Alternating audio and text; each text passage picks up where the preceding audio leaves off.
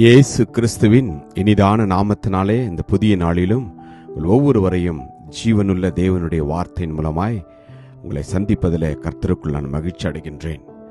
ஆபகுக் 3:19. ஆண்டவராகிய கர்த்தர் என் பெலன், அவர் என் கால்களை மான் கால்களைப் போலாக்கி உயரமான ஸ்தலங்களில் என்னை நடக்க பண்ணுவார். Habakkuk chapter 3 verse 19. The Lord God is my strength, He will make my feet like deer's feet, and He will make me walk on my high hills. Amen.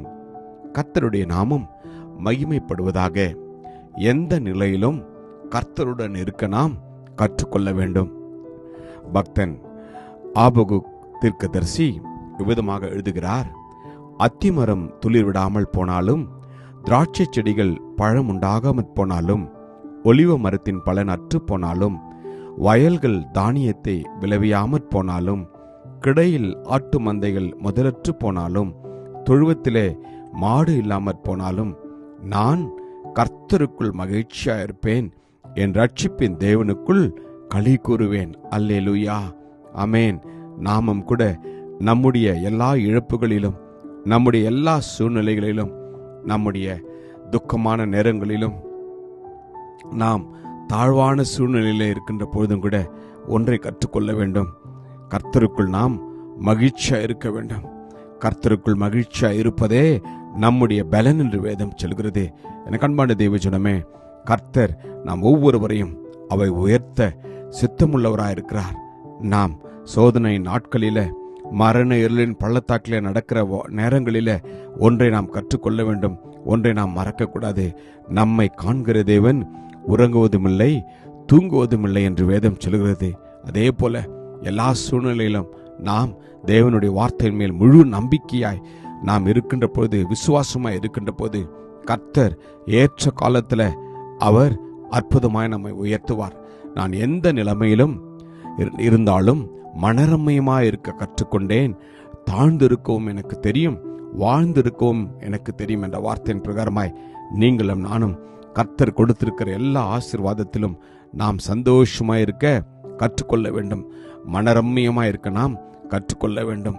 Amen.